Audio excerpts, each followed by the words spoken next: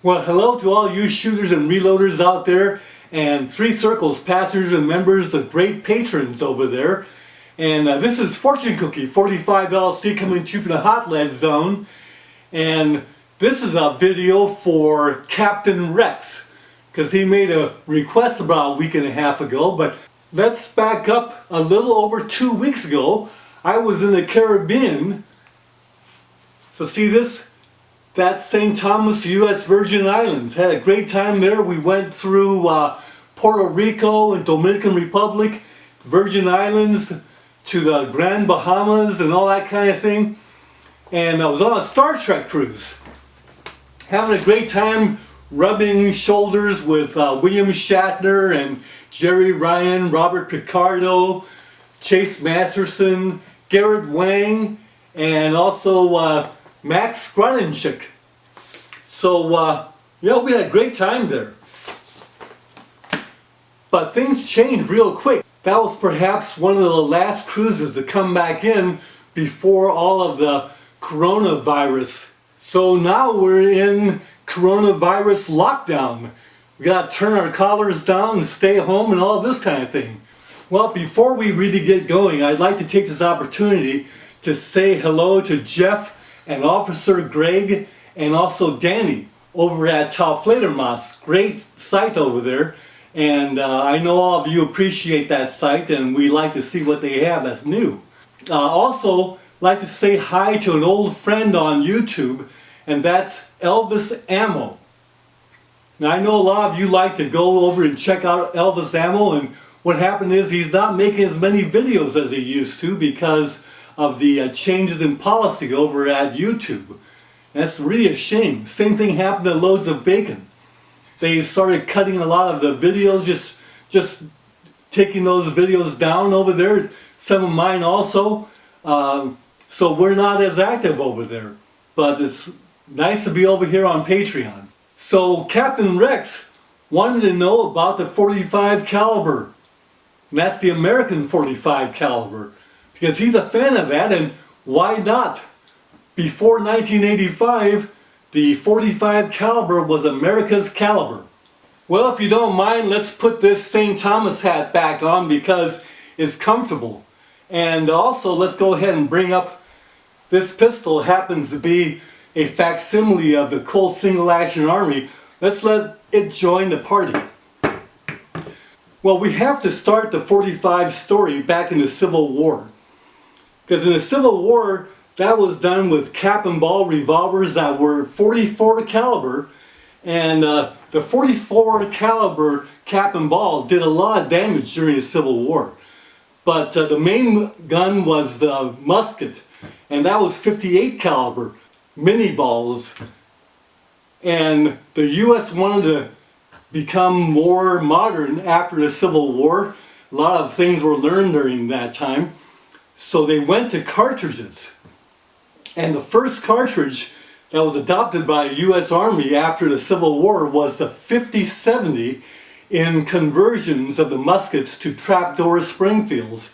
And that 50-70 was very robust. We determined that we would get better performance with a more velocity and more accurate and easier for troops to use .45 caliber. So they went from the 50-70 to a line barrel of the old .58 caliber muskets in .45-70 caliber in 1873. A momentous year for firearms development in the United States. Now also the same time they went to a .45 caliber in the handguns, and the .45 Colt was adopted by the U.S. Army. At the same time, Smith Wesson was trying to make inroads, and they came out with the .45 Schofield, which is basically a .45 Colt that's shorter and with a wider rim. And the wider rim worked well for the .45 Schofield, which is a top-break revolver that Smith Wesson made, and they wanted that wide rim because when you opened the top break, all six would pop out. And that wide rim really helped that. The Colt didn't need that. The The Single Action Army, which also was adopted in 1873, had an ejector rod. So it didn't matter to have that extra wider rim, so they didn't want that wider rim. The problem was that you could put Schofield rounds in the .45 Colt, but the wide rim interfered with the one next to it in the next chamber, so you could only put 3 of them in the .45 Colt cylinder. However, the .45 Schofield was a much appreciated round because the ballistics were better. The .45 Colt used a 255 grain bullet at about 900 feet per second plus, up to 950 feet per second. Very robust, great round for the frontier, but for anti-personnel use you didn't need that robustness. A 230 grain bullet in the .45 Schofield at 850 feet per second was more controllable, just as effective in a fighting caliber. And that's why the ballistics of the .45 Schofield was so appreciated that it became the basis for the .45 ACP round that came out in 1911, when the 1911 semi-automatic pistol designed by John Moses Browning became the weapon of the U.S. Army. Now, they didn't have enough 1911s when World War I came out, so that caused Smith Wesson and Colt to convert their big frame revolvers to the 1917 Colt and .45 ACP and the .45 ACP 1917 Smith Wesson revolver, which also was used in the World War I. So those 3 guns were chambered for .45 ACP, and if you want a trivia question, what other guns were chambered in .45 ACP by the U.S. Army? And that is the .45 caliber Thompson submachine gun, the Riesling .45 ACP submachine gun used by the Marines at Guadalcanal, and then the M3 .45 caliber submachine gun that was used by the U.S. military after the Thompson, because it was too expensive to produce a Thompson. The M3 was done with stampings and much more easily and quicker to produce the .45 caliber submachine gun in the grease gun. There was a small, very cheap, about $1 to produce, single shot .45 ACP pistol that was made and dropped by the millions behind the lines in France to arm the resistance there during World War II. Those were used to allow the resistance fighters to take down Nazi soldiers and take their guns.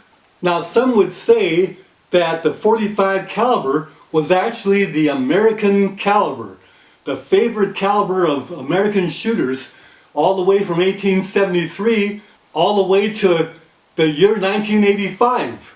That was the year that the 1911 was dropped in favor of the 9mm Beretta, but there were political reasons behind the choice of that.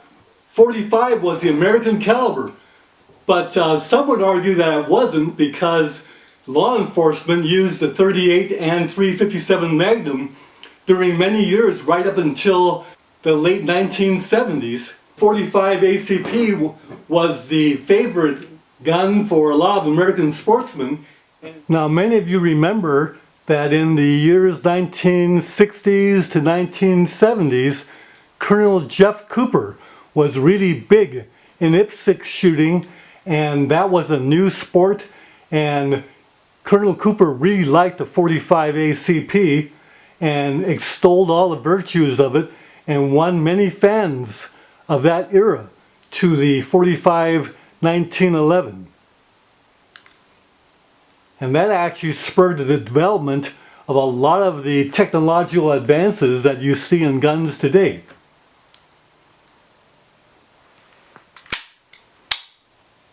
The .45 Colt really became popular after that with the advent of cowboy action shooting, which revived the interest in the .45 Colt, but it never really did lose popularity, but now it's more popular than ever. Now the Ruger Blackhawk convertible in .45 Colt and .45 ACP convertible cylinder is an excellent handgun that actually spans the .45 Colt and .45 ACP. A simple cylinder switch and you can go from the .45 Colt to the .45 ACP, and this revolver shoots both rounds exceptionally well, and as a convertible revolver it makes a lot more sense than the 357-38 Special 9mm, because there you have bullet sizes that don't coincide, whereas the .45 Colt and .45 ACP actually take the same size bullet. Now in .45 Colt, this gun really likes 8.5 grains of unique and a Lee hard cast 200 grain long nose semi-wad cutter .45 ACP bullet. Shoots that real well, and it's powerful, splits playing cards 1 out of every 2 shots. Now with the .45 ACP cylinder installed, this gun likes 5.2 grains of promo powder with the same bullet. And that shoots very well also. Now, I've enjoyed shooting both calibers in this revolver. Transitioning further, we have the gun that Captain Rex really appreciates, and that's the Model 25 Smith Wesson. Now this is chambered in .45 Colt, and this one was made in the 1970s. This particular one was made in the 1970s, doesn't have the pin barrel, doesn't have the recessed cylinder, but does have the hammer mounted firing pin. And the Smith & Wesson Model 25 is an excellent revolver. If you can find a older Smith & Wesson end frame, by all means, good condition, you gotta scarf it up.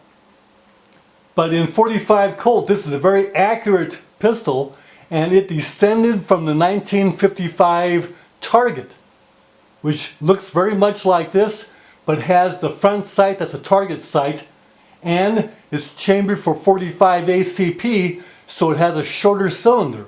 But those old 1955 Targets are exceptionally fine revolvers. If you ever see one of those in good condition, don't even think twice to scarf it up. It's a shame that Smith & Wesson did not bring back the 1955 Target in their classic series. Now of course Smith & Wesson makes a variant of this that they call the Jerry Mikulik, the 625, that's actually chambered in .45 ACP with the moon clips, just like those old 1917 revolvers back during World War I. Don't get me wrong, I really like my Model 25 because it was made back in the end frame days when you had a lot of hand fitting, and the trigger pulls were very good, because this trigger pull is such that all you gotta do is think about it going off and it goes off. But it's a safe trigger, you can't push that off. So it's very light and very crisp. You just think about it. You think about it going off and it goes off. These are the older end frames, and they are also highly sought after. This gun is also superbly accurate in .45 Colt. Its favorite load is 7.5 grains of unique behind a 200 grain cast bullet.